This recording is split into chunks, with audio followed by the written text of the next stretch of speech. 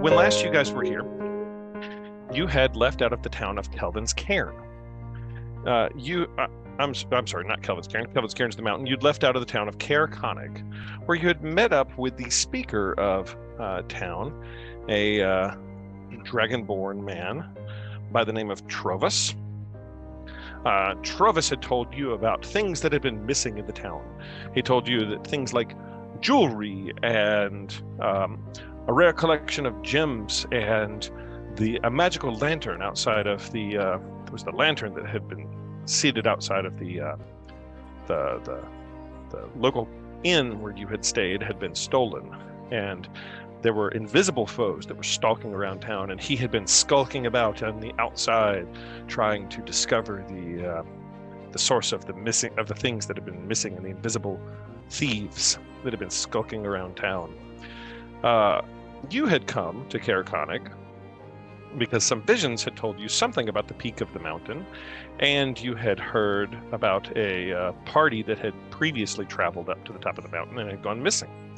Before actually meeting Trovus, who had been camping out in the snow outside of the local tavern, where you learned that he was a bit of a drunkard, you had arranged an expedition with some local guides to take you up to the top of Caer Conig, the volcanic peak that is the single highest mountain in the northern part of the 10 towns. While traveling up the mountain, you encountered various hazards and mountain climbing difficulties, but you were led by your guide skillfully all the way up to the top, where you encountered the fallen base camp of the previous missing party, which had Keegan Vlaren. You took a locket from Keegan's neck, presumably to give back to his partner Garrett in the town of Targos that you had previously met, who had kept his dog Boy, and you found several members of the rest of his party. You climbed up the top of the mountain and found a cave made out of ice where there was the remains of a family of Yetis. In fact, the older son, younger son, and spouse, I guess, partner of a previous Yeti that you had slain, because you found the headless body you had previously found. You found the head of a previous headless body of the dwarf Ubak, along with a Goliath that was a member of the climbing party that had gone missing, and you found a halfling who was an actual member of said party being kicked around in a cage made out of bone. You managed to rescue the poor halfling woman, sort of. In your own way, you rescued her, we'll say. After burninating the Yeti child, if we could put it that way. Her name, she told you, was Perilou Fishfinger. I couldn't see. It was an accident. It was the greatest thing ever. But you rescued Perilou, and she told you that her party had been surprised by the Yetis while climbing the mountain, and that in fact they had heard legends of a artifact of some power and were seeking it out, that apparently is at the peak of the mountain. You learned from your guide that it's not entirely clear that anybody has ever actually made it to the summit of the mountain, but Atna Swift, who was your guide that you'd hired at the local outfitter, told you he would do his best to climb you up there. And I think that's where we find you now, in the Yeti Cavern with Atna Swift of Frozen Far's Expeditions, and the Perilou Fishfinger, the halfling woman that was being smacked around in the cage of bone. One other thing to remind you of, while you were in the tavern, you had asked Trovus, who you had learned was a former adventurer that was taken by the drink, and previously knew everything about this region. You had asked him about finding the missing city that you had seen in your visions, and he said he didn't know anything about that, but he did tell you that the local nomadic barbarians would know everything about the area and about anything that was hidden here. If there was anybody that would know, it would be them. And to follow the reindeer herds to find them. And then a man that was sitting in the bar overheard this conversation. He told you, if you were looking for missing things, that his cousin had actually been hired by a wizard, an evil wizard that had found a lost spire of an ancient civilization. And he hired those men to basically help guide him through the wilderness and excavate it. And then the wizard had murdered his cousin to keep him silent, to keep his silence. And in fact, this was the same wizard that you had seen executed in the town of East Haven. Kenny, your character heard all of this. He then, for the sum of 75 gold, was willing to reveal to you the location that his cousin told him that this spire was at on the map. So those things that you learned previously before climbing up this mountain where some visions had told you about something, and finding Perilou Fishfinger, the one remaining survivor of the lost expedition of Keegan Flaren.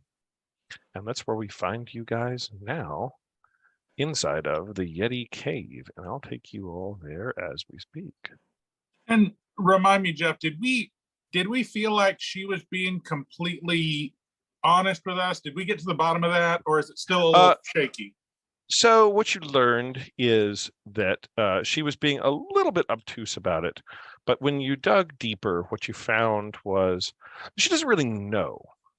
There are legends that had been told about something about the gods themselves once doing battle between angels and demons upon the top of the mountain, and that some artifact of great power was there. She sort of tried to obfuscate it a bit, but when it became clear that you knew about something, she sort of let you in on their expedition was not just trying to like be the first to summit the mountain.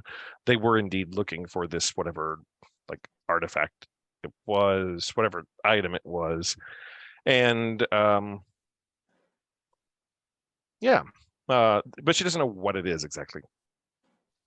Legends are sort of unclear.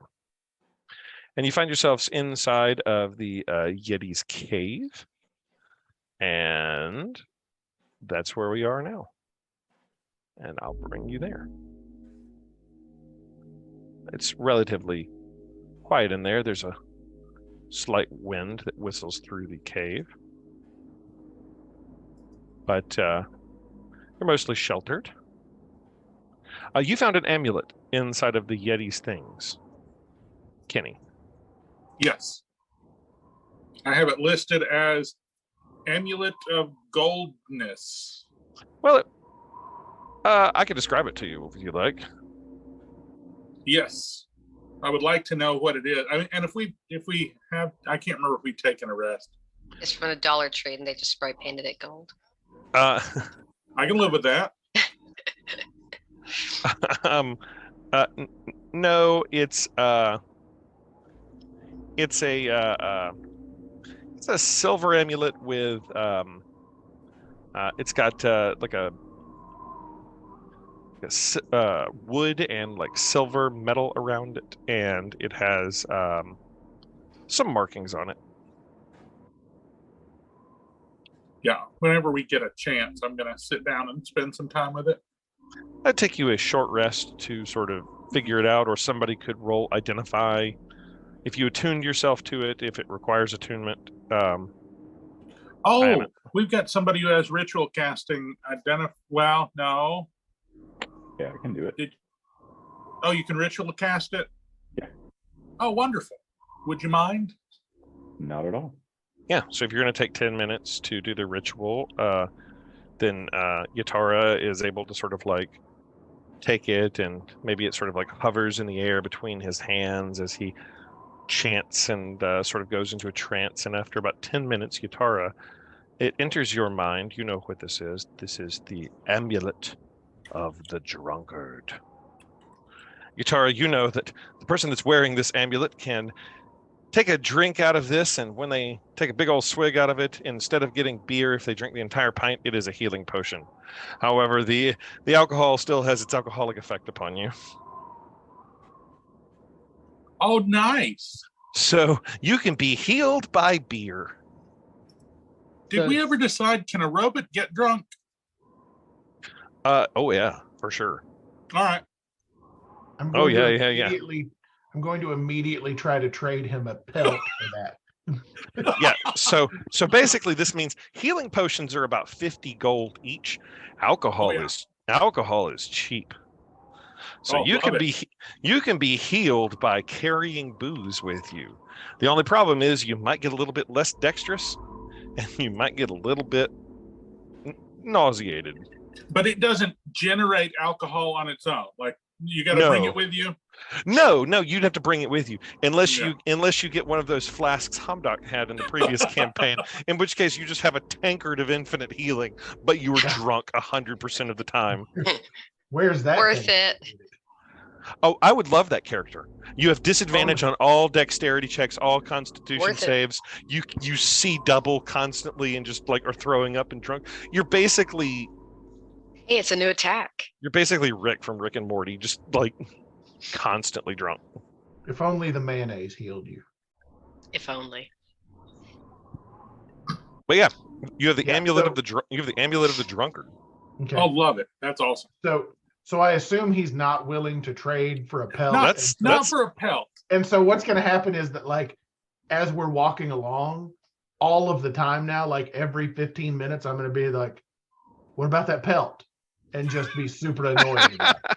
So Arcus is just constantly going to Leonard and be like, "So when you die, can you like will that to me? I call dibs." To eventually wear me down. I got a pelt for you.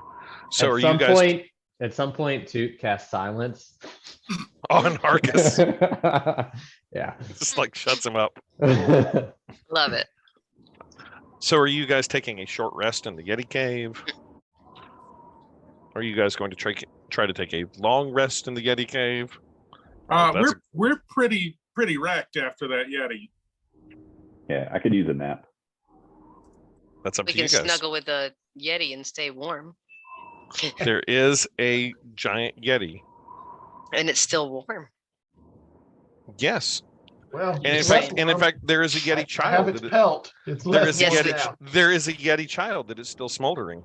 There's a Yeti child that is very warm. That's up to you guys. What are you trying to do? Short rest, long rest?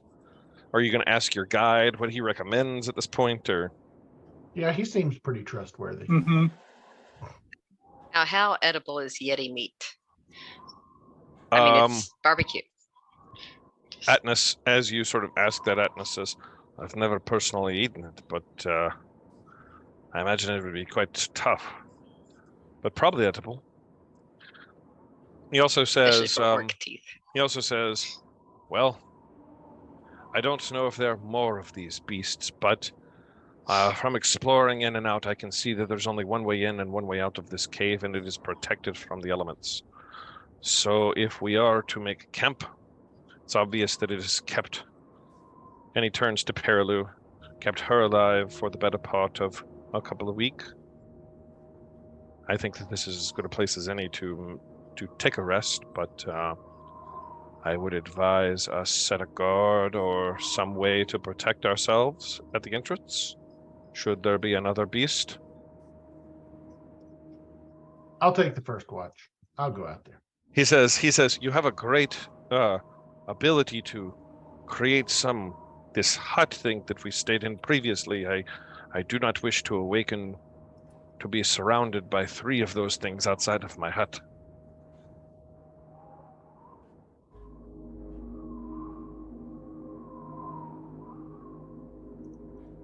So, are you casting Tiny Hut, or are you like trying to position yourselves in some sort of advantageous hidden away area or something like that? I mean, if the party wants me to cast Tiny Hut, then I will, but I'm gonna do it as a ritual. I'm not gonna use a spell slot for that, so it's gonna take a little bit to do it. 10 minutes, right? I think it's 11 technically, because the casting time I think is a minute. Okay. Yeah, so it would be 11 technically. But Okay. yes. Does the party want to do that? And if so, where do you want to position it?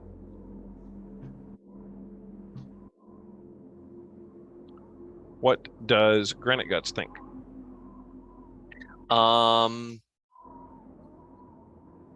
ahead and setting up shop for a little bit of a rest sounds good to me. The area here past the Yeti corpse, I believe, was pretty open, and so that should give us room, I would think. Okay. All right. So, Granite Guts recommends the tiny hut. Is anybody else in favor of that? I will be happy to do a once over on the cavern area just to make sure that there won't be any there's nothing untoward that I can sort of detect by surveying the location.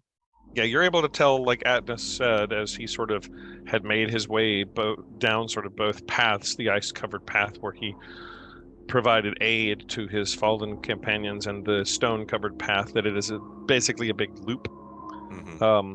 And there's no other entrances or exits.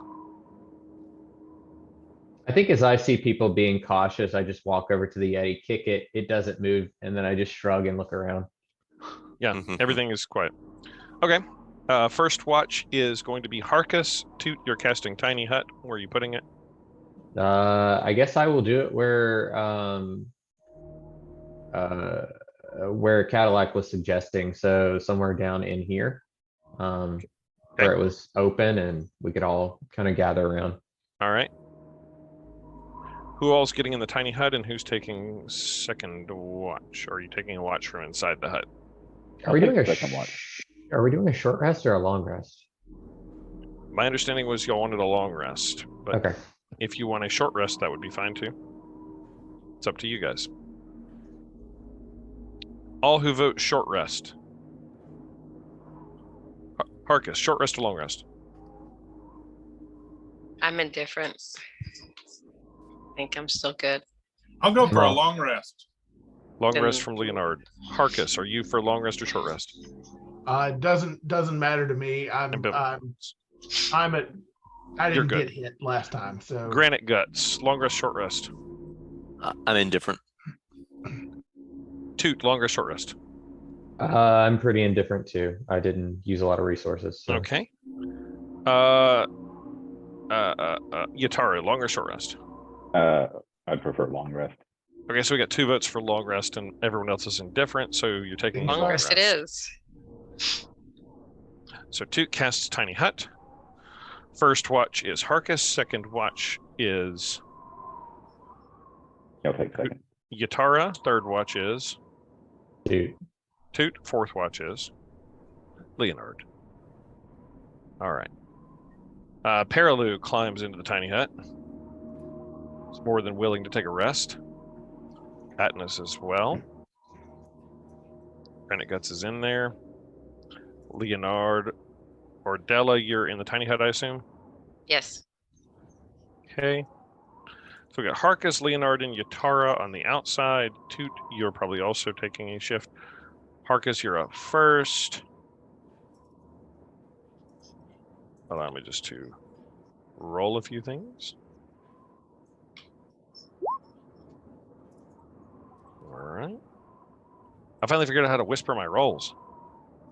Click the GM button at the top. Harkus, your shift passes with no events. Up next is number 2 was, I can't remember, I'm sorry. Yep, it was me. Yatara. Second shift passes, nothing has attacked you or come about you. Third shift is Toot. Toot. Third shift, no events. Leonard. Fourth shift. Leonard, also no events. Roll 8 hour- Tide. Yeah, roll tide. This is all in random. This is all in random rolls, y'all. Like whether or not there's a random encounter, it's just on the dice roll. The 8 hours pass and no events have occurred. No critters have crawled up on you in the cave, and everybody's taking a long rest. Restore yourselves. So upon waking, can I recall a dream that I had and recall a tale from beyond? Yeah, absolutely. The next day passes, and you had mentioned wanting to climb to the top. The weather appears marginal outside, but it's not storming. And Atnas says, well, press we on to the summit?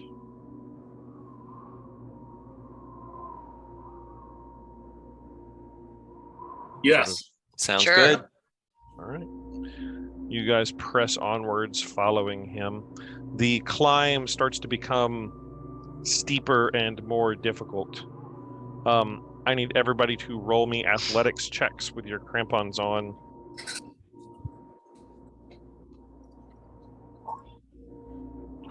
Wow.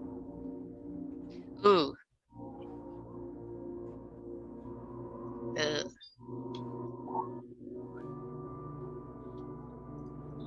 Yeah, I mean, if I see Okay. these checks and I'm gonna assume Harkus and Ordella are gonna need this, I will attempt to give them guidance at the point that I see them failing to climb.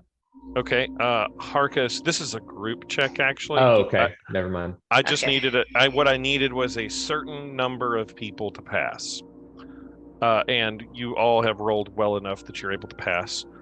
You managed to climb. Let me get your characters onto here, actually. Climbing higher and higher and higher and higher until you eventually arrive at what looks like, you can see in the distance, like what looks like maybe a broken down tent strapped to the side of the mountain that is half covered in snow and mostly buried. And there's what looks like a pair of like legs sticking out of the snow. Let me get everybody on this board here. And rounding the corner, you see a tiefling woman. And I need to get the characters that are with you because you have Atnas and you have Perilu with you. So let me get Atnas and Perilu Fishfinger.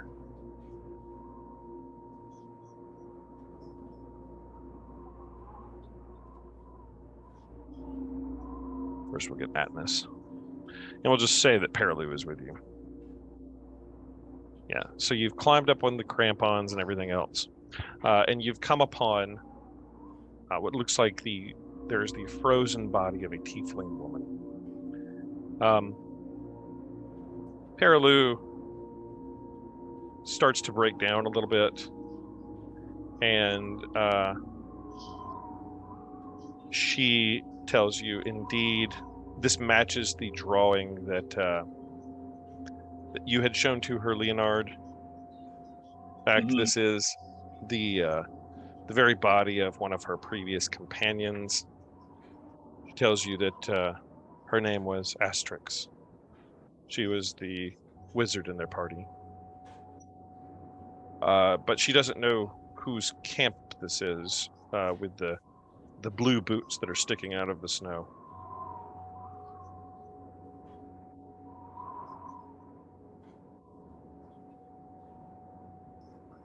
The summit is further upwards. Are those her boots? No. There appears to be a body somewhat buried in the snow. Oh yeah, I'm gonna dig that person out. Yeah, I'm gonna go start digging the boots as well. Okay. As you pull this body out, you find that it is decapitated, much like Ubak was. Hmm. It was a dwarven body. You don't know his name or anything, but what you find is there's a wine skin, and there's a block of goat cheese, and there is a miner's pick and some crampons that are here, and his sort of half-destroyed tent is what you find there. The body appears to be frozen very solid, and as you have spent the time, who was digging him out? The two of you digging him out? Leonard, roll me athletics. Me. All right, Leonard yeah. and Harkus roll athletics. I should pick different things to do. Oh, Okay. You're able to do this. As you do it, you find that the air is thin, and the wind starts to actually pick up a bit as it takes you maybe like 45 minutes to dig him out. The two of you, I need to each take a level of exhaustion as you've climbed up here, and you find yourself just losing energy quickly. So you've pulled this body out. It is frozen nearly solid. Leonard and Harkus, you each have one level of exhaustion. Where do I enter that again? I know somebody's told me. Click where it says conditions. Oh, yeah. One level of exhaustion. All right. One level of exhaustion. What are the rest of you doing? There is the frozen body of the tiefling woman. She is a little further down, sitting here. That Perilu told you is Asterix. The summit is further up, and it gets only steeper and icier and a more perilous looking climb as you go. In fact,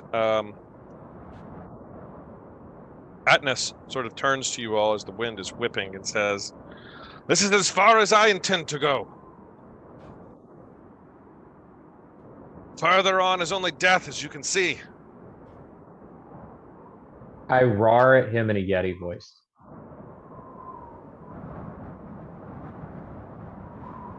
He says, I'm gonna ignore him and go climb down to inspect the tiefling bodies. he shouts back at you. He says, as you sort of roar, he says, "I didn't sign up to die up here, only to guide."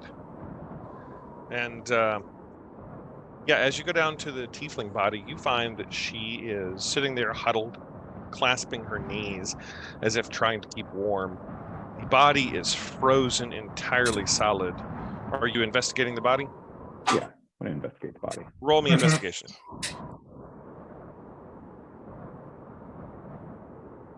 Leonard, are you doing that as well? Yes. Ooh, Leonard. You're able to brush the snow off of her, and you find she's carrying a potion of some variety that strangely has not frozen.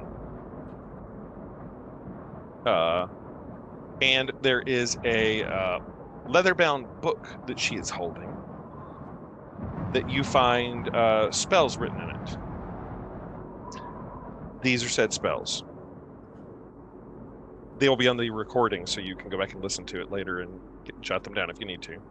But the spells are Alter Self, Cloud of Daggers, Comprehend Languages, Detect Magic, Expeditious Retreat, Scorching Ray, Shield, Suggestion, and Tensor's Floating Disc, as this was her spellbook. So those are all spells that that a wizard can take and copy into their spell list if they take her spellbook. I'm definitely gonna take the spellbook. Yeah, funnily enough, we have a wizard. Yeah, Yatara, you take a level of exhaustion for spending the time to take this apart, and Leonard, you take a second level of exhaustion. Leonard, you have the potion. Oh dear. All right, I guess I'm gonna ask what's his name, Katniss Everdeen, if he can tie us off as we explore the top of the mountain. He says, "Yes, I'll tie you down," and he hammers a python into the ground and lashes one of the climbing ropes that you have bought to you and to anybody else that's willing to do so. Yeah, I don't know that's what you're supposed to do in a case like this, but it seems like being tied wouldn't be the worst thing. So Kind of like, you know, I'm going to ask him for advice about the best way to go up the mountain rather than just make stuff up, since he actually knows stuff. He says, well, the ice sheets are prone to break loose, so you need to look for areas where there's not cracks, and the ice sheet needs to be a couple inches thick at least. Hammer your pythons in and rope to each one. Put your crampons on, and if it breaks loose, hold on with your pick slammed hard into the ice. Look for rock that's solid, if you can, to hammer a python into. All right. It's going to be more of a crawl up the mountain than anything. That tensor's floating disc would surely come in handy right now. Yeah, might take an hour to and 50 gold, copy it into spell book, and everybody froze to death on top of the mountain. New characters for you all. They've already frozen to death, so we know it's going to happen. All right. Leonard, you're not. Well, Leonard, you're not going to freeze to death. You got a heater inside of you. I'm ready to go up the mountain. Okay. Yeah, so periodically Toot's just gonna look over at him and make like coward jokes that he's got memorized, like, why did the cowardly king refuse to visit the stables? Because they were full of nightmares. Okay, Just so like Toot, are you trying to persuade or intimidate or Mostly demean, but if it happens to do one or the other, that's fine too. so I guess you're trying to persuade him to continue to guide you up the mountain, so I mean, that's what we paid him for, so yes, that's roll me Toot's persuasion.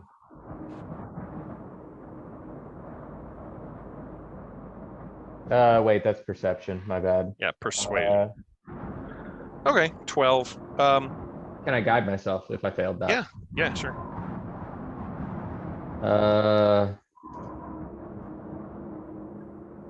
With a 15, he says, fair enough. Gold is gold, but you listen to me. I don't know how you would address Toot. Sort of angrily back at Toot. You listen to me, mountain man. I can tell you've spent your time on the slopes. When I say it's time to come down, I will leave you here to die. Understand? I roar at him at a Yeti in a Yeti voice again. Love it. And yeah, you all begin to, I guess, ascend. Everybody roll me athletics checks. Some of you are exhausted. All of those that are exhausted level 1 have disadvantage on this check.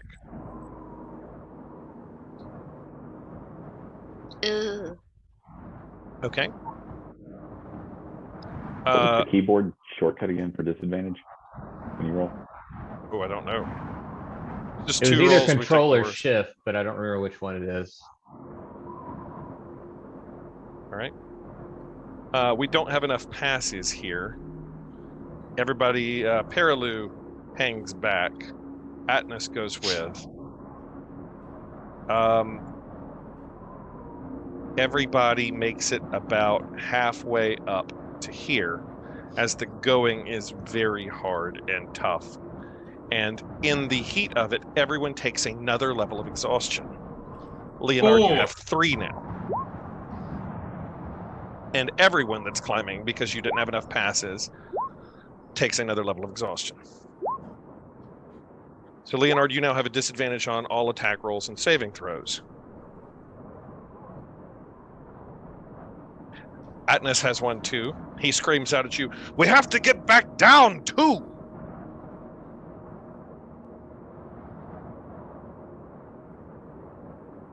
And hammers a python in. Is everyone still continuing the climb?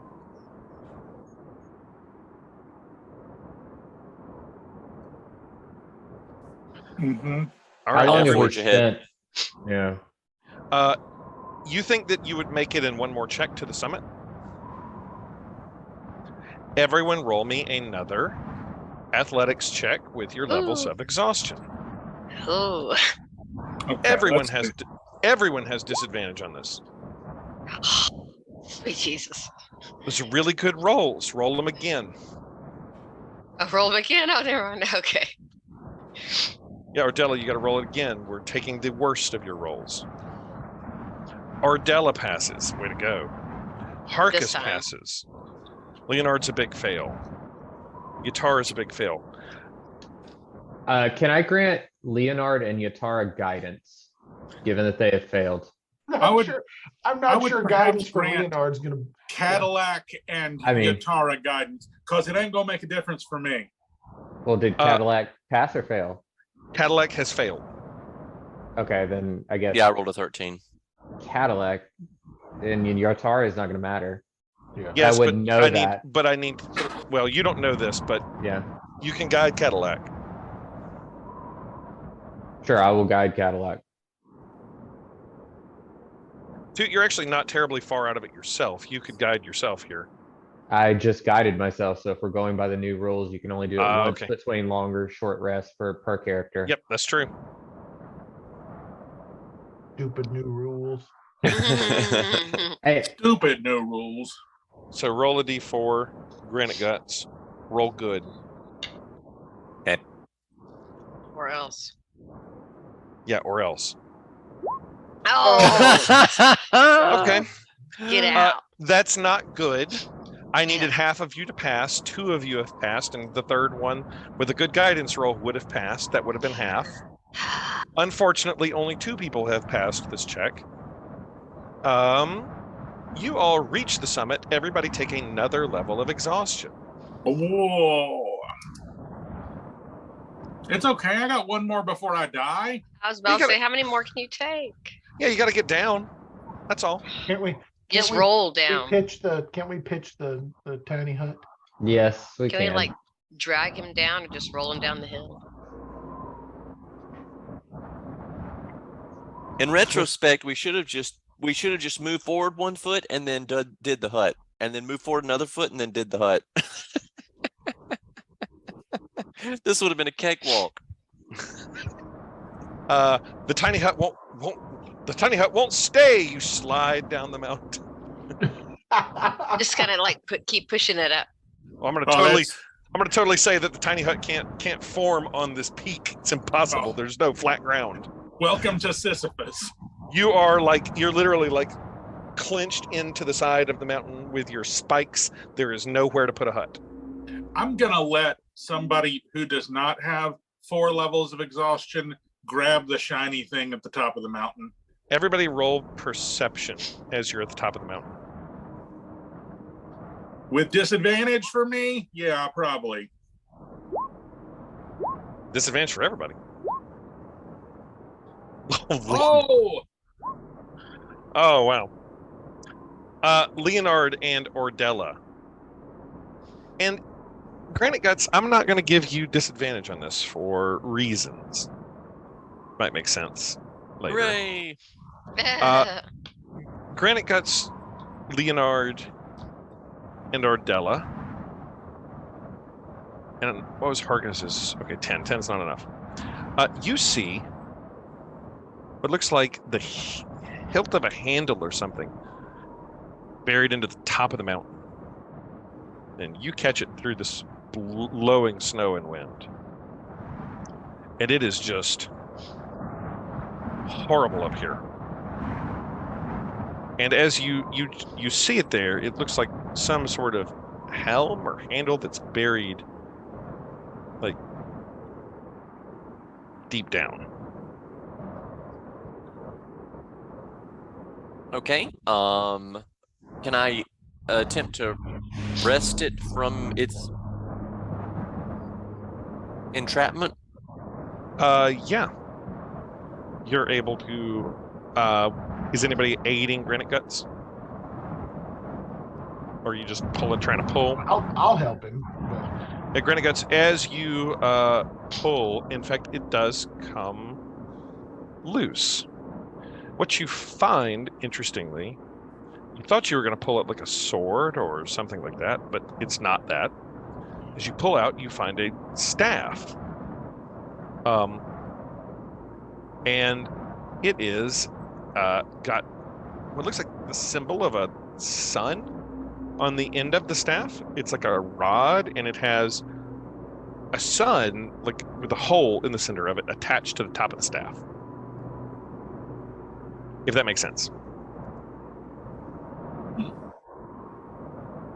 Interesting. But Granite Guts, you get a strong sense that this is some sort of relic or something. Well, just while we're standing here and being miserable, can I use one of my charges on my summer star to maybe make the weather not so flipping miserable? Yes, you sure can. Would have been great to do 4 levels of exhaustion ago. I know if I'd have thought about it, I'd have done it before. You pull out the summer star, and you cast it, I suppose. Describe to me what it looks like, what it does. Well, the wind will sort of die down, the clouds break. There are. I just meant the casting of said. I don't know.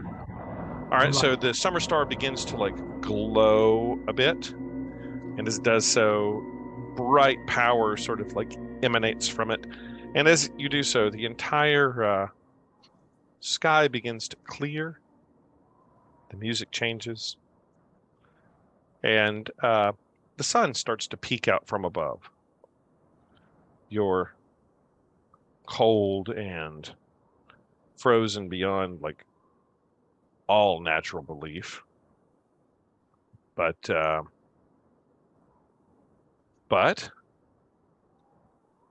you're holding this thing, whatever it is. It's a staff with a hollow sun on the top of it. And Granite Guts, as you're there, you can roll me, you're holding it, you can roll me religion. Okay. And does that need to be disadvantage? Yep. So damn cold, you just can't even like make sense out of it. Well, this is junk, and I fling it off the side of the mountain. No, so our you know that it's something. Yatara is a magic user, right? Mm-hmm. I pass it to Yatara and say, "This looks like it could be interesting, but I can't make heads or tails of it." And I literally hand it to Yatara upside down. Yeah. Yatara, it's so damn cold, you think to yourself, you do not need to be casting Identify as a Ritual up here. You don't want me to sit here for 10 minutes? You'll take another level of exhaustion.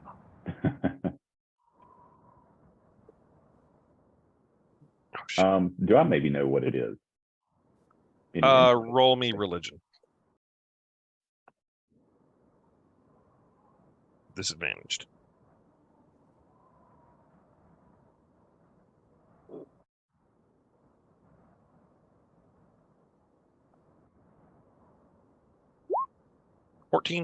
With a 14, you recognize the symbol on the top of it as a symbol of the god Pelor.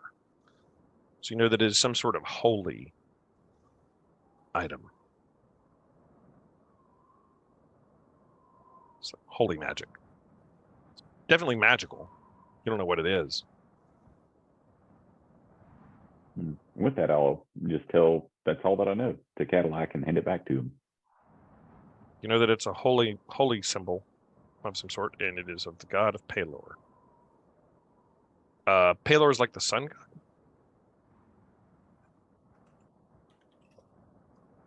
God of the sun, summer, worshipped by farmers, that kind of thing. Pelor would be very, very against this never-ending winter. I assume that everybody is desperate to try to get down. Oh, I'm headed back down with a quickness. With a quickness? Yeah, would there be... I am entertaining the idea of using expeditious retreat. Mm-hmm. What level of exhaustion are you at? 4. So I'm trying to get back before I die. Yeah. At 6, you're dead. Right. But at 5, you can't move anymore. You collapse. Okay, so I'm trying to fall gracefully while expeditiously retreating before I hit that 5th level of exhaustion. Okay, how does expeditious retreat work? So expeditious retreat, let me see. Where'd it go? Okay. Allows you to move at an incredible pace when you cast the spell. Then as a bonus action on each of your turns until the spell ends, you can take the dash action. Okay, so you're able to dash. I will grant you that you can get back down to the area where it is flat. You're going to have to climb down the ropes. Are you going to try to do this by yourself, or are you going to roll with group athletics checks with everybody trying to rope your way back down? Or is Leonard going to try to just rappel by himself? Dashing. I think Leonard senses the end is nigh and is going to try to get down quickly with the assistance of an expeditious retreat. All right, Leonard, roll me a disadvantaged athletics, I suppose, check. The weather has cleared to some degree. Can it be a history check instead? Tell me how you're going to historically climb down a mountain. He remembers the way down. Okay. You remember the way down. You know what? That is a good point. You got up, you know the way down. Here's the thing that's going to affect. It's the difficulty class is not going to be quite as high. And the DC is not as high because the weather has cleared, because you've done that. So the DC previously was 15. The DC is not as high because the weather has cleared. Okay. And I'll grant you it's not as high because you know the route. But it's not going to take away the disadvantage of you being so exhausted you're near dead. No, for sure. So disadvantaged athletics check. Can I make a case, since I'm retreating expeditiously, that it's more of an acrobatics check? Okay, I'll grant you that. Describe to me how you're going to acrobat down the mountain. Dashing through the snow. There are ropes sort of strung along our path. And you're going to rappel. I'm going to rappel expeditiously. Okay. All right, Leonard's going out on his own. Make me an acrobatics check. Disadvantaged. Okay. About that. The DC was not particularly high. It was higher than 4, Jeff. It is higher than 4. Leonard, you make it about halfway down to this first shelf down here. As you sort of have started to rappel, and you slip off of your roping and lose connection to the rope that you're holding onto, and start sliding a bit through the icy glacier. You're sort of proned down. Everybody can see Leonard. Looks like he's in a spot of trouble. What are the rest of you doing?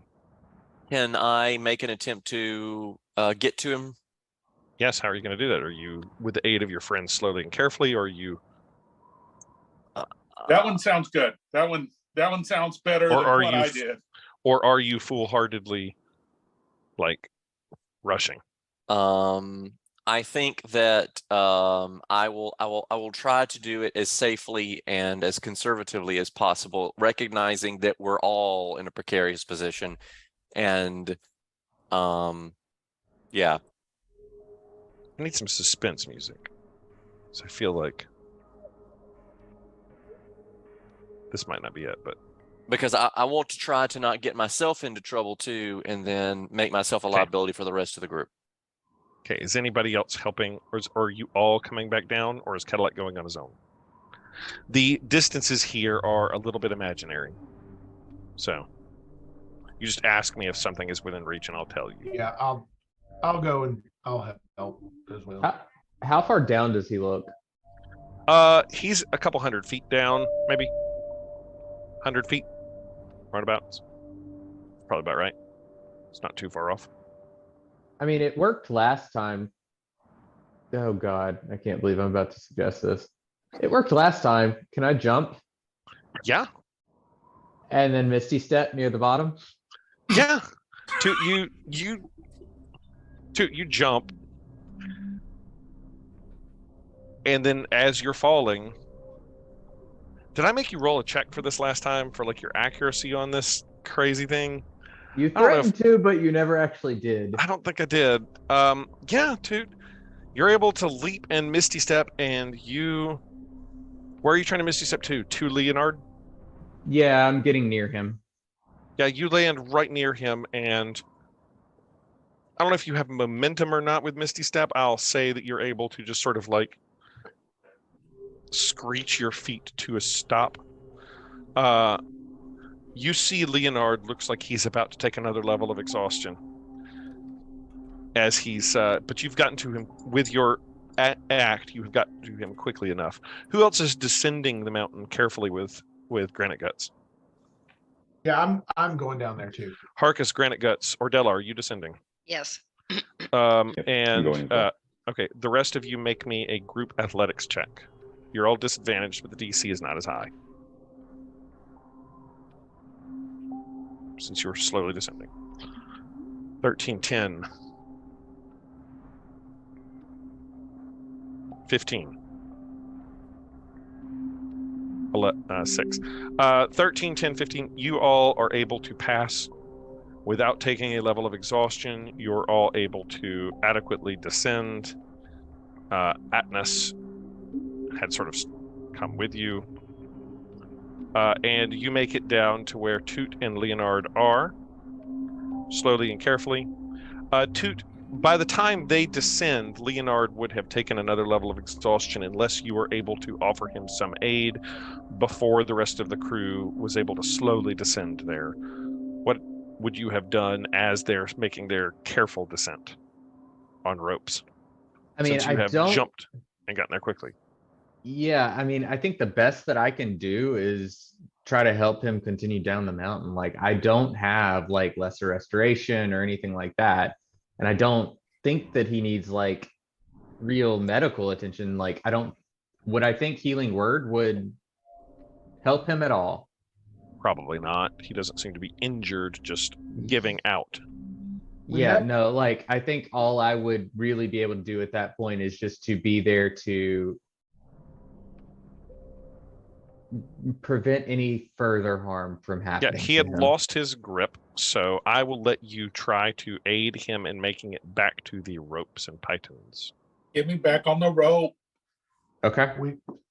We also have a little bit of a break in the weather. Can we stay Oh, yeah. the tiny Yeah, at the this, tiny hut down?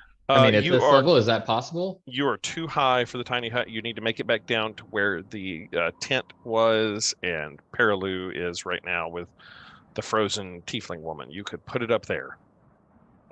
You need to make it down one more level. Toot and Leonard, you're trying to descend ahead of everybody, so the two of you can make a group athletics check. The two of y'all, as you're trying to get back on the ropes and descend. Oh gosh. Okay. You are able to eventually make it to the ropes. Leonard gives out, and the two of you take another level of exhaustion as you do so. Leonard, your speed is 0. You find yourself incapable of walking as you collapse down into the snow at the edge of the ropes. But you are on the rope, and you have descended you have descended a little further. You've been able to get a little further, so you're just on the edge of where you could probably set up the tiny hut. Toot, you're with Leonard. The rest of you have made it down to where Leonard and Toot were previously, carefully descending. I'll turn it back to the rest of the group, Yatara, Harkus, Cadillac, and Ordella. As you have descended carefully, you watched Toot help Leonard to the ropes and start to descend, and then you saw Leonard just collapse into the snow. What did the rest of you do? I'm going to try and move as quickly as I can, because when he falls down, all I think about is the amulet of the drunken restoration. Wow. Oh no. Wow. So you I'm break going- you break off from the Yeah. group and go. Okay. Yeah. You can give me athletics or acrobatics if you're going to try to do some crazy rappelling stunt.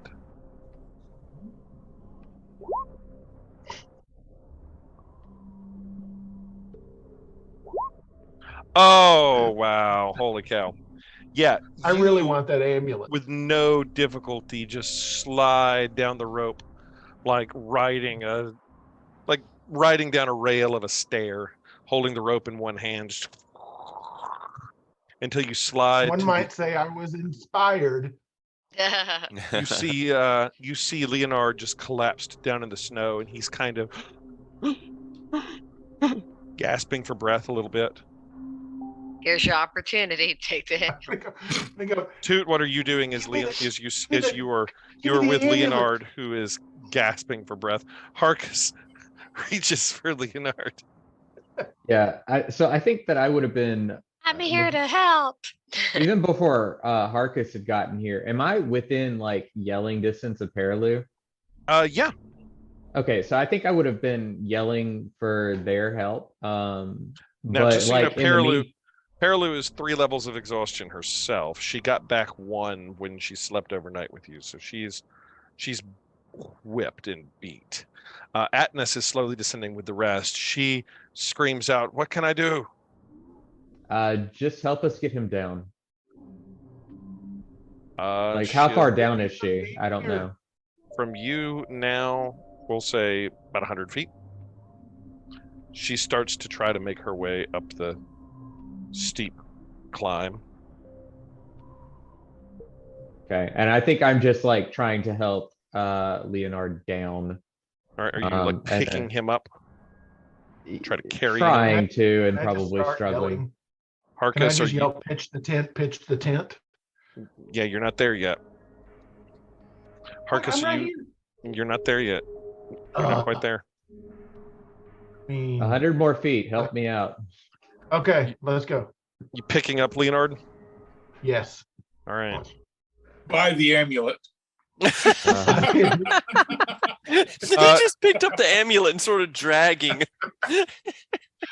Yeah, Leonard's. How much do you weigh, Oh, Leonard? you're still conscious? Oh no. Okay. Heavy. Okay. Heavy. With the two of you, you're able to pick Leonard up. To make your way down the mountain, I'm going to need yet again a couple of checks. Carrying Good. Leonard down. Could one of us do it at like just a straight roll? Because one Yeah. of them is helping and it Yeah, cancels out disadvantage. sure. What type Wanna- of check is this? Athletics are. This has got to be athletics. You're carrying someone. I have a And you- +0. What do you You have? can I got a guide. +5. You can guide this if you've not been guided. He has not been guided yet. I have You not can been guide guided. All right, roll me athletics. We got a 15 and we got a. D4. It's disadvantaged. What? Well, I mean, if I'm Nope. helping, would it be a straight roll? Okay, yeah. You're doing the help action. Okay, yeah. 15 then. With a 15, yeah, you can add a D4, but you don't need it. You're able to hoist Leonard down. And you're able to get down to the destroyed tent. Okay, I will You s- immediately start like trying to ritually cast Tiny Hut. Okay, you all up on the mountain. Who's left is Atnas, Yatara, and Granite Guts. You see Toot get Leonard and Harkus down to the more flat area. What are the rest of you doing? You see Toot beginning to try to channel the hut.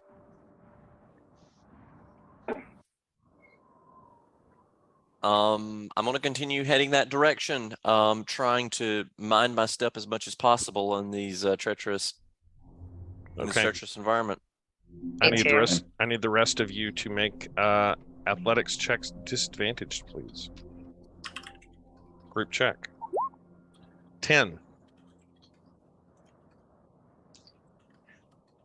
And Ordella 16. And Yatara.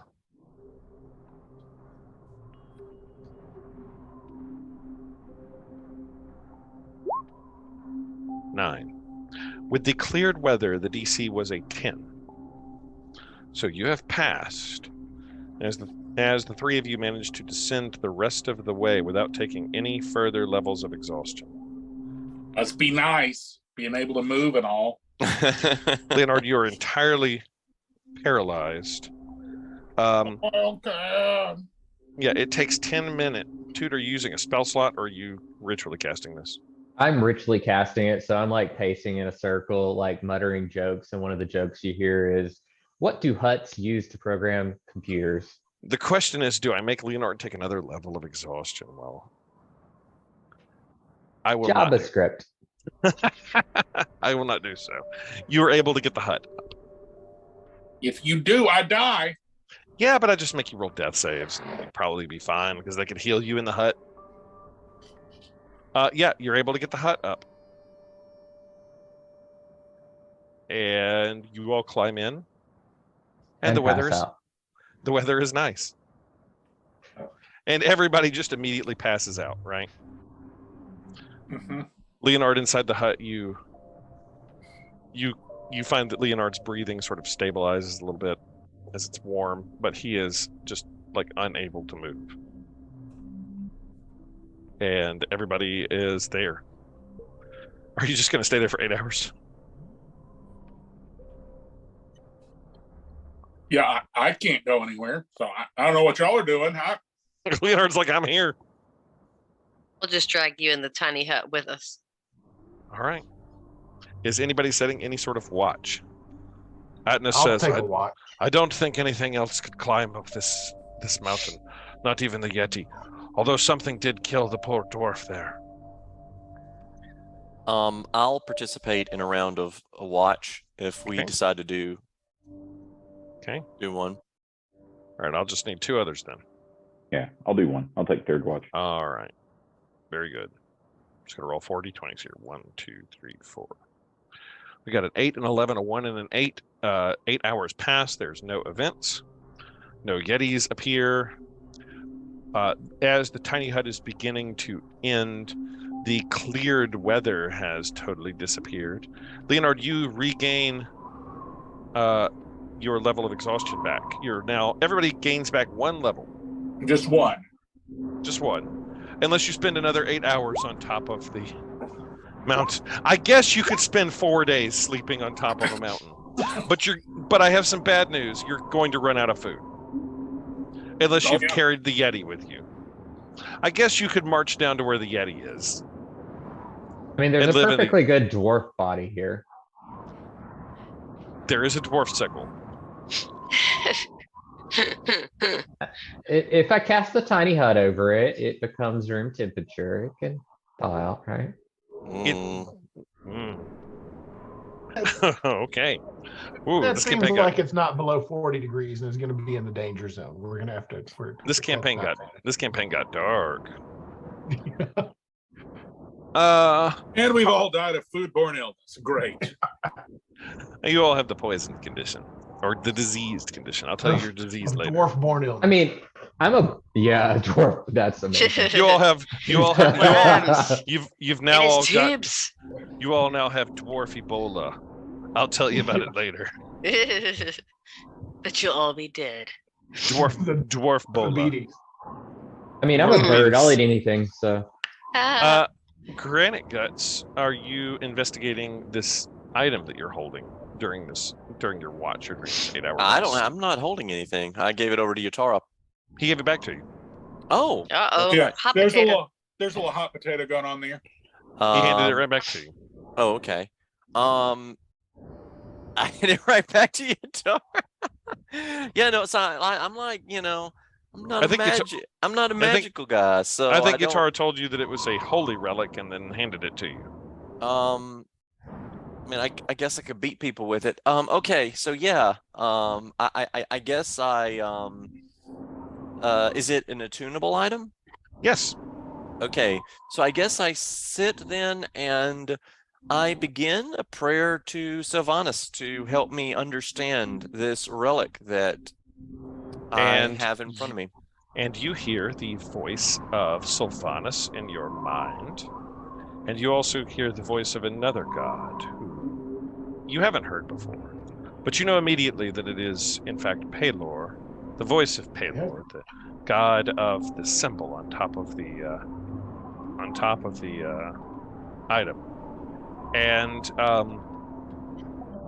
it's the like staff that's talking to you, almost. Interesting.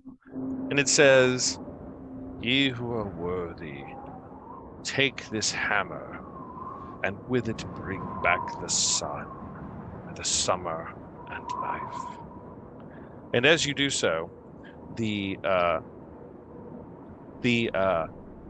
ring at the top of it, it fills with fire, actually, and it doesn't look like a staff with a ring in it anymore. It actually looks like a flaming hammer inside of your hands. Oh, this is And much more interesting. You and I'll show you what it looks like in just a second. This is what it looks like. And you are told, as you're holding this Ooh. sun ring with fire inside of it forming what looks like a giant hammer, you're told, "Take this, and with it ye who are worthy, bring back the sun." And what you have in your hands is a named magical weapon named Dusk Crusher.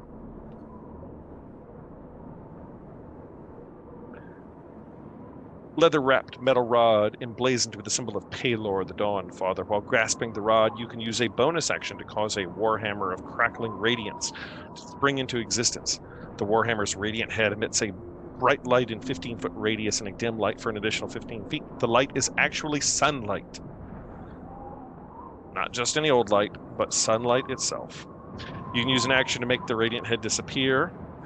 While the radiant head is active, you gain a +2 bonus to attack and damage rolls with this magical weapon. The attacks with this warhammer deal radiant damage instead of bludgeoning damage, and any undead creature takes an extra 1d8 damage. While you are holding Dusk Crusher and its radiant head is active, you can use an action to cast the Sunbeam spell. Save is DC 15 from the weapon. You can only use it once per dawn. Sunbeam is a 6th level spell. Just so you know, the Sunbeam spell is pretty badass.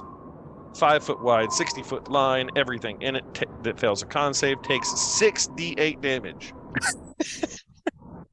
As I see this all happen, I'm just gonna sort of nudge Granite Guts and go, "Hey, I've got some experience controlling the weather if you need some help."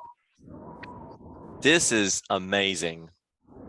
This was totally worth. That thing is awesome. This was totally worth Leonard almost dying and all Well- of the pain that everybody else went through. I want to And- thank everybody else for their pain and near death for my weapon. For my awesome, awesome weapon. It's a sacrifice you're willing to make. Yes. Shrubwad is going to really appreciate it. Oh, we haven't Just- heard from Shubwad in a while. What does he think of it? That's a He good pokes question. his, So I, he pokes his Yes, head I'll out of open your my satchel. he pokes his head It's out like, of your "It's back cold." and goes, "I don't like fire. Put it out. Would you like some good berries? Looks like you could use some good berries." you know what? Good berries all around if you would be so kind. Yeah, he makes a good berry for everybody. Everybody can take 1 HP.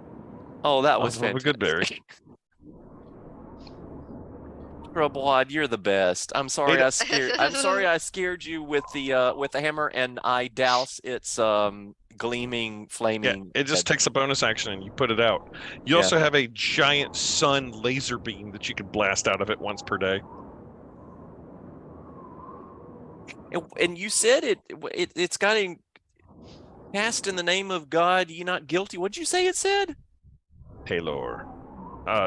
Basically said, That's the ye wrong who is franchise, I ye think. who is worthy. Ye who is Yeah. worthy. They wield this. Basically, the hammer of Thor you found.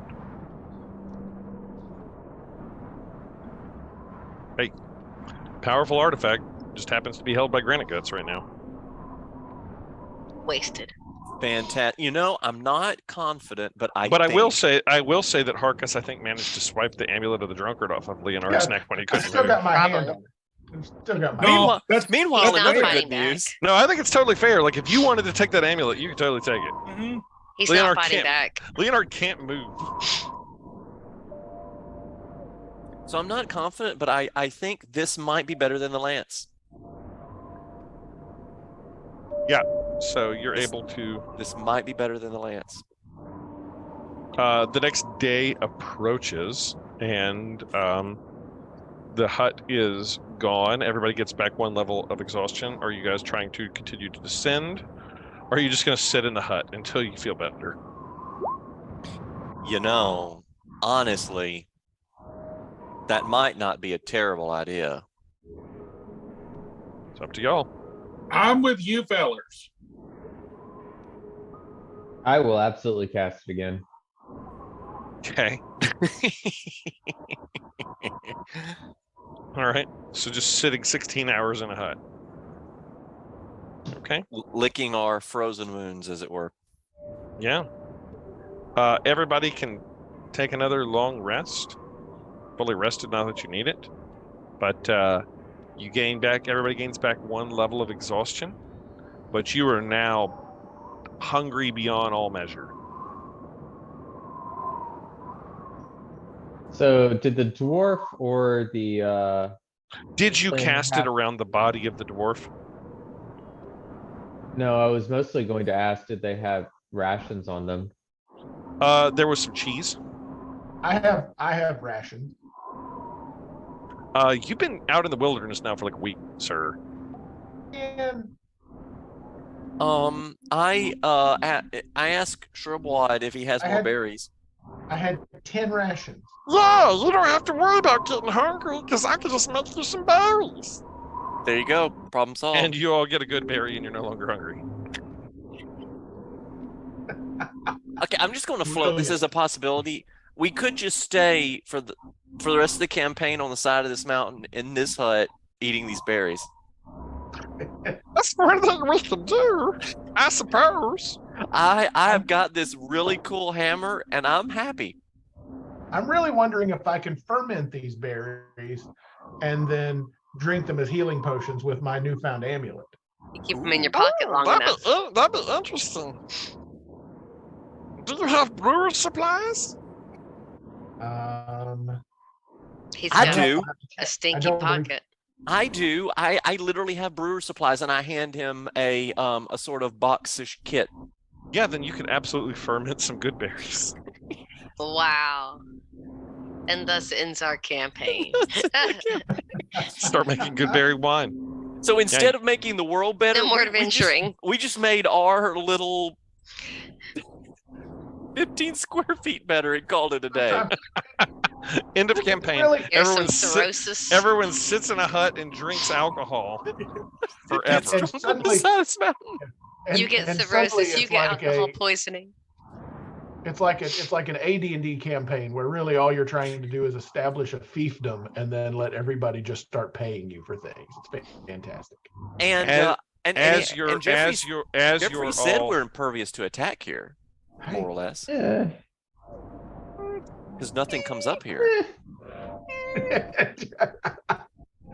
as you're all sitting there in the hut, how many days are you going to stay there? This is important.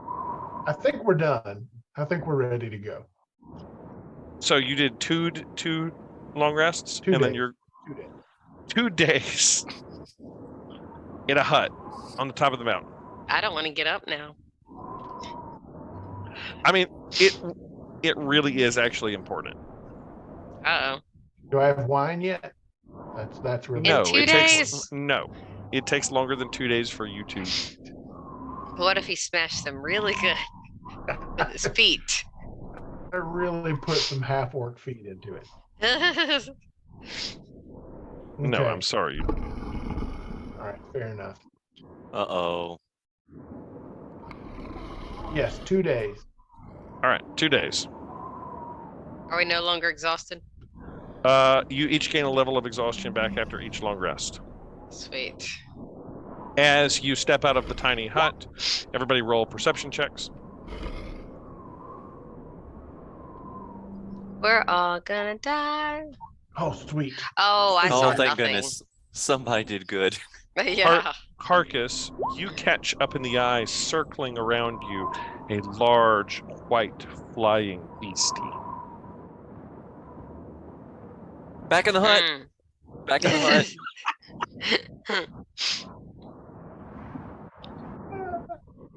Materialize the hut. Flying thing that I think would probably take some damage from a flame-throwing hammer. Just Yes, throwing it out Yes, picking a fight with an ancient dragon is probably a great idea.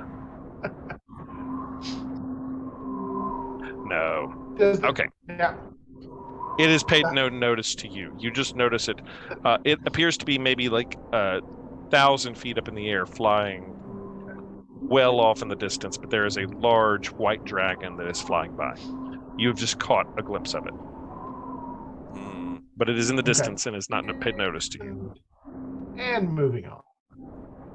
All right. Let's You're bang able it. to, without too much more difficulty, you're able to descend back down the mountain.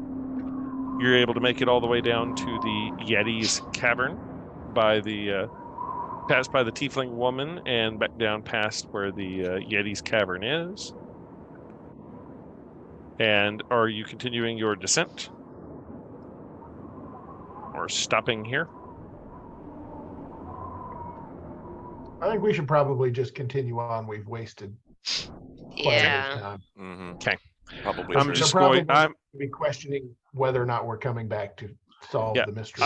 I'm going to say it takes you another day, maybe 2 days, and you have to stop and camp before that perilous climb area where you had to climb up the giant wall of ice. Because you have to sort of take your time climbing back down that giant ice wall that you had used your crampons to climb down. But you eventually make your way down to the bottom and back to the ruined camp. And you make your way back to the city of Karakonic. And, you know, congratulations. You survived.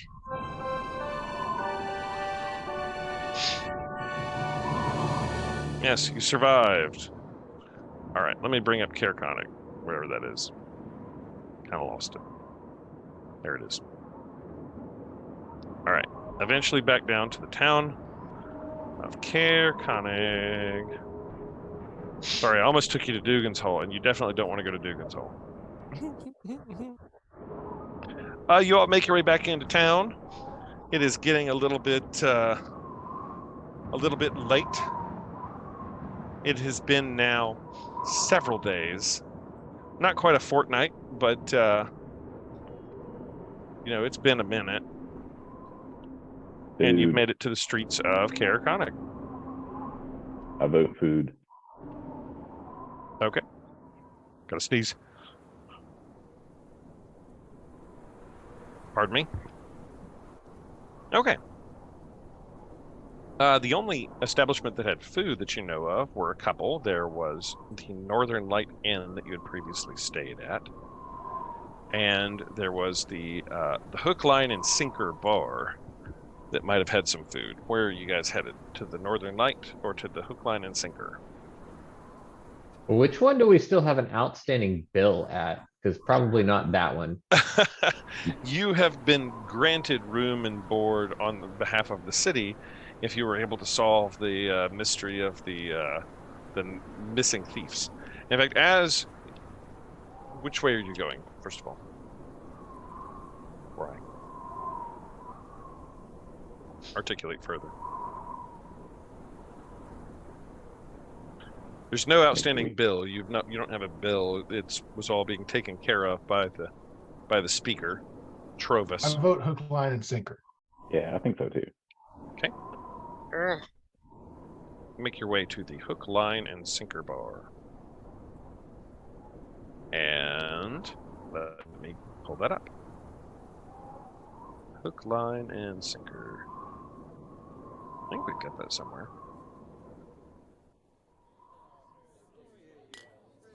As you enter, the old barkeep approaches you all and says, "Welcome to the hook, line, and sinker. First one's on the house. Everybody, come in. Have a pint. And he starts to bring you and quickly ushers you in and brings you all around. First one on the house. I'm just gonna put my hand up and say, no, I remember how this went the last time. I do the same. Old Glenn sort of looks despondent and says, "Well, what can I get you? If you're not here for a drink, what can I bring you?" Dinner. Food. Food. Aye. Well, will you take the stew, I suppose? And he goes back and says, 6 stews, and goes over to the bar where eventually some bad-looking gruel has made its way out to all of you, and he slides it down in front of you all and says, "That'll be 6 silver apiece. 36 silver."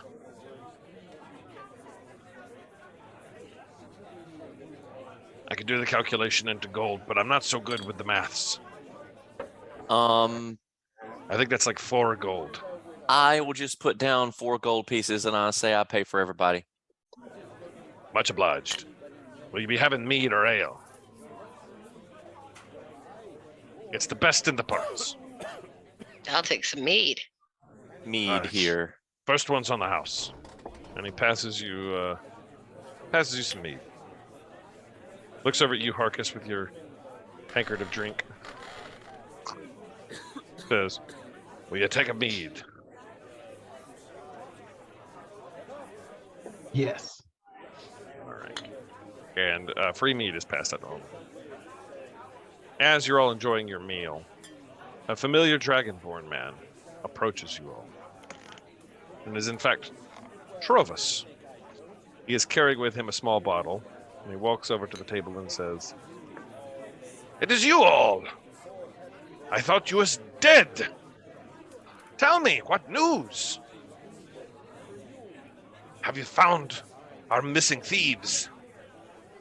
Or do you have any leads?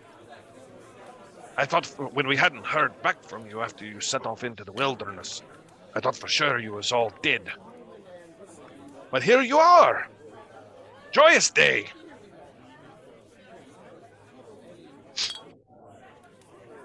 We're going to get on that first thing tomorrow morning. We had a little situation with a couple of Yetis that we had to deal with. Now, attention fully devoted to mysterious thieves. I've heard the stories of the legendary beasts, but I have bad news. In your absence, there have been more robberies and more things have gone missing. And I've heard the same from the town of East Haven and from the other Care Dinival, and even as far as Bryn Shander. They're all reporting these mysterious, invisible foes. A rare statue that we keep at the town's, the speaker's house. It would be my home, but there's also the town hall, so to speak. It's not my statue, it is the town statue, you see. It's a rare statuette. It's of carved in the shape of a dragon made out of the ancient crystals of this land. You may have heard of Chardalin crystals. But it was also taken. Whoever these thieves are, they seem to be gathering up these crystalline things for, I don't know. But we have new, fresh footprints. We haven't had a storm in quite some time since you all set out. And I suspect that they are more followable.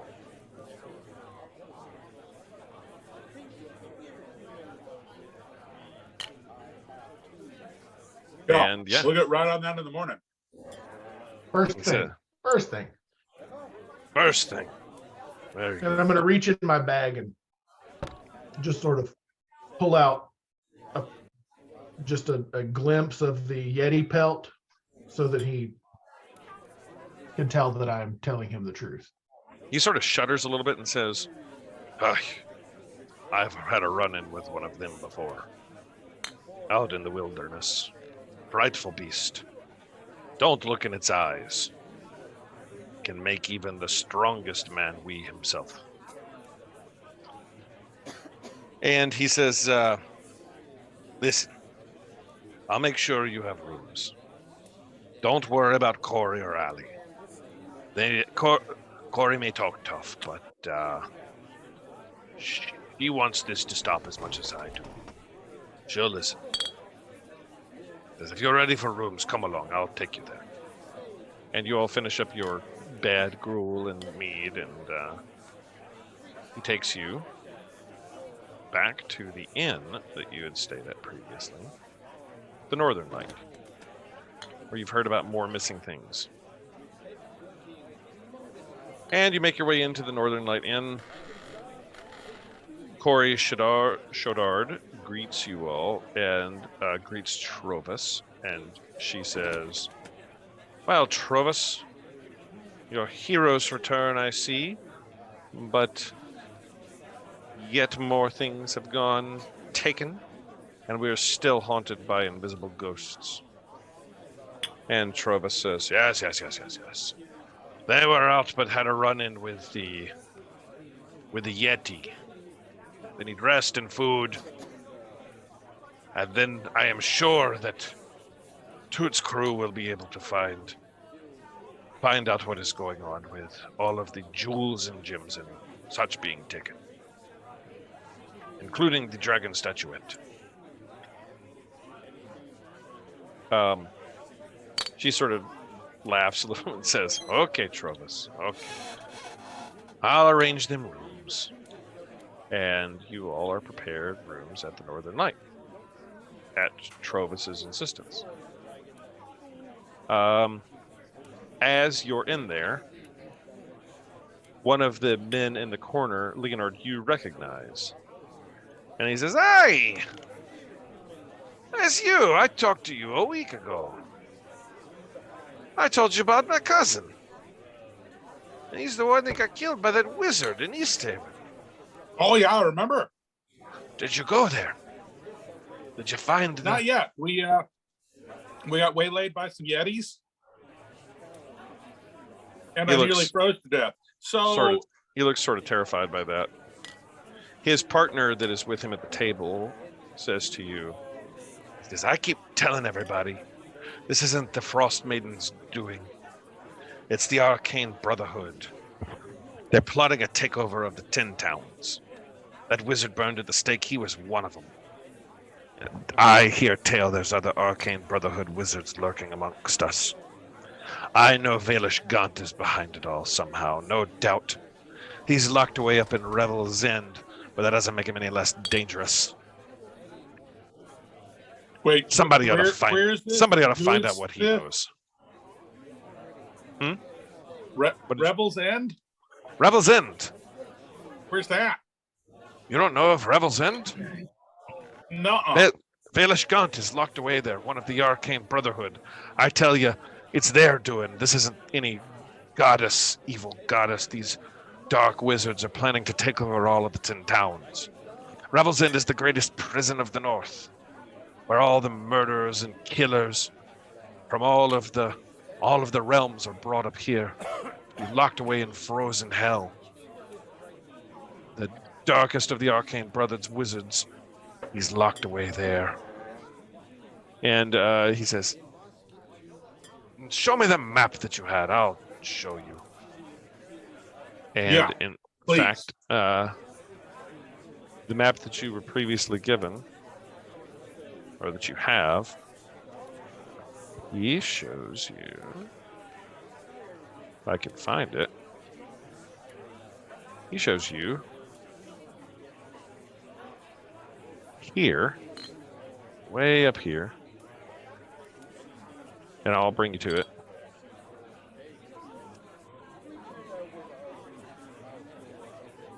Hang on. Way up there. He circles it and says, far north on the sea of moving ice, built into the very cliffside, is the darkest prison of all of the realms, where locked away the Baelish Gaunt, the leader of the one of the leaders of the Arcane Brotherhood, is held. I know he's behind this, just like that wizard that murdered his cousin for helping him.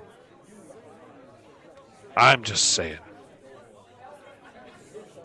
And he says, if you find out anything about him, you don't hesitate to kill him. Find out what you can and stomp any of them out. Murderers the like. And he says, and good luck if you're heading, and the other one says, good luck if you're heading out to the Spire. And they go back to their drinks. So you know about the Lost Spire that was here. And you know about the prison Revel's End. R-E-V-E-L-S. Revel's End. Oh, not Rebels End. R-E-V-E-L apostrophe S. So like the party is over, you're in prison. The what? The party is over. The revelry Yes. has finished. You're now in prison for the rest of your life. Yes. Locked away. All right. And you're shown to rooms for the night. The evening passes and the next morning comes and everybody has fully refreshed and no one should have any levels of exhaustion at this point, I think. As you've spent a night in an inn and everybody is warm, revived, and not exhausted. The next morning, Corey and Allie tell you that once again in the evening, there were more mysterious invisible foes that were skulking the town. And apparently, a home had been broken into and some jewelry, earrings had been taken. Again, with the same sort of crystalline things that have been stolen. You previously had heard about crystals when the young man had found a similar crystal and his behavior had changed and he had wandered off. But yeah, crystals being taken. And there are fresh footprints that are much easier to follow this time, leading out into said wilderness. I'll take you. That's what I was about to ask, if there were footprints. So. Yes, there are indeed fresh footprints leading out of Caerconic. You all are in Caerconic at the bottom level. And the bar is, it's quieter in the morning, so I should probably turn down the revelry a bit. There's less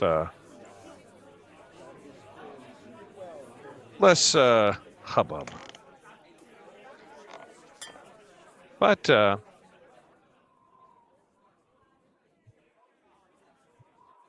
still a little bit. And footprints are easily identifiable that are heading again back towards the mountain. What all do you do? I'd like to suggest that we track the footprints. Mm-hmm. Is that the group's decision? Agreed. Yeah, Tracking I'm the comfortable with that. Okay. Who is leading the party? Toot can lead. Okay, Yeah. two. You're following footprints in the snow where these sort of like seem to be leading out into the wilderness. Roll me survival, Toot. 16. Toot, you are able to get there. And eventually you, let me turn that way down.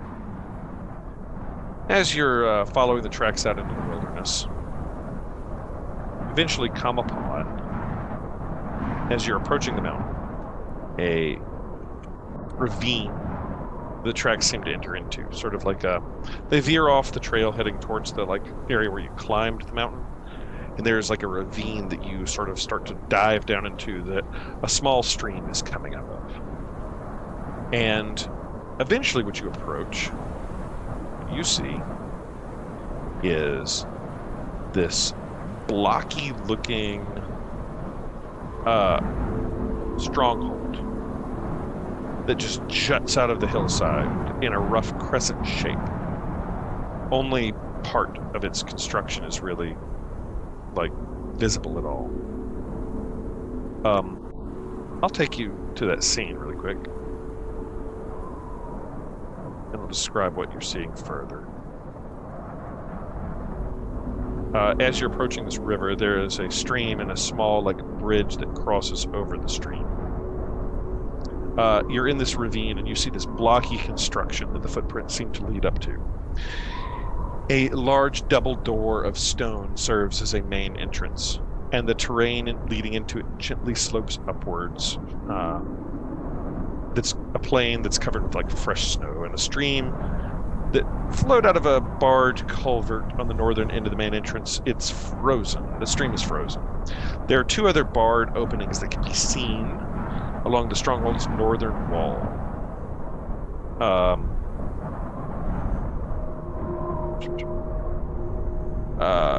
Anyone that was positioned in these areas would have an unobstructed view of the hillside. Closer to you, separated from the rest of the stronghold, is a snow-covered bunker that's perforated by arrow slits over here. And you see the main double doors, and then, like, that's mostly what you see.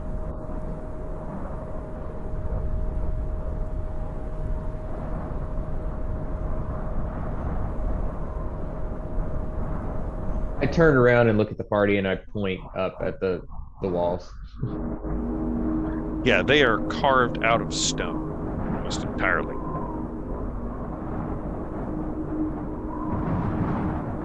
The barred openings are sort of up here, like barred windows where anybody that was standing there could be looking out.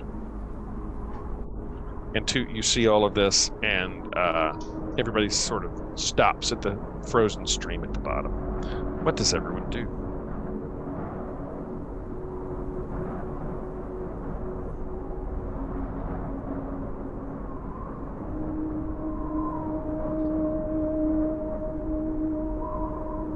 I'm inclined to make my way to the structure. Okay. Follow the footsteps. I'm following behind Harkus. All right, everybody roll perception as you do.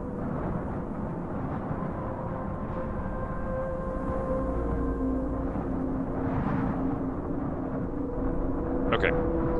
Leonard and Harkus and Granite Guts. As you do, you see a flash of something in the bunker over here. Like a little bit of glint of light of some sort catches your eye, like a reflection sort of flashing you just a bit. And you recognize that there is definitely activity there. You're uncertain if this means you have been noticed or not. And I think here, at this sort of more suspenseful moment, as Harkus is just sort of approaching slowly, this is where we'll leave it for the day. As you're approaching this fortress that seems to be carved into the hillside where you've heard where the tracks from said invisible foes seem to be leading. On a bit of a cliffhanger. We'll take next week off for Thanksgiving. Everyone have a happy Thanksgiving. And then we'll be back at it for November the 30th, where we will find out what happens as you approach the hillside bunker. Hope you guys are having a good time. I enjoyed the hillside climb. That was a bit different. You weren't fighting a lot, but you nearly died just to the elements. Yeah. Nearly lost Leonard again. I mean, it's getting up into high single digits now. I mean, I just try to play out what I think would happen with the rules, you know. If we lose Leonard, it would be sad, but it would be really dramatic. It would definitely be like a interesting turn of events. Oh, he is prepared to die. Oh. I think Leonard wants to learn more, and like he's decided that his life is worth it. And his brother Lore. Yeah, so this is where you find yourselves, in this ravine of this mysterious fortress. Leonard, actually, before we go, is sort of an epilogue. As you're thinking to yourself, this looks somewhat similar to the fortress that you'd seen in said visions. Really? Yeah, maybe. But this is not the spire we were told about. No. This is a separate facility. Yep. It's a fortress of stone in the bottom of a ravine.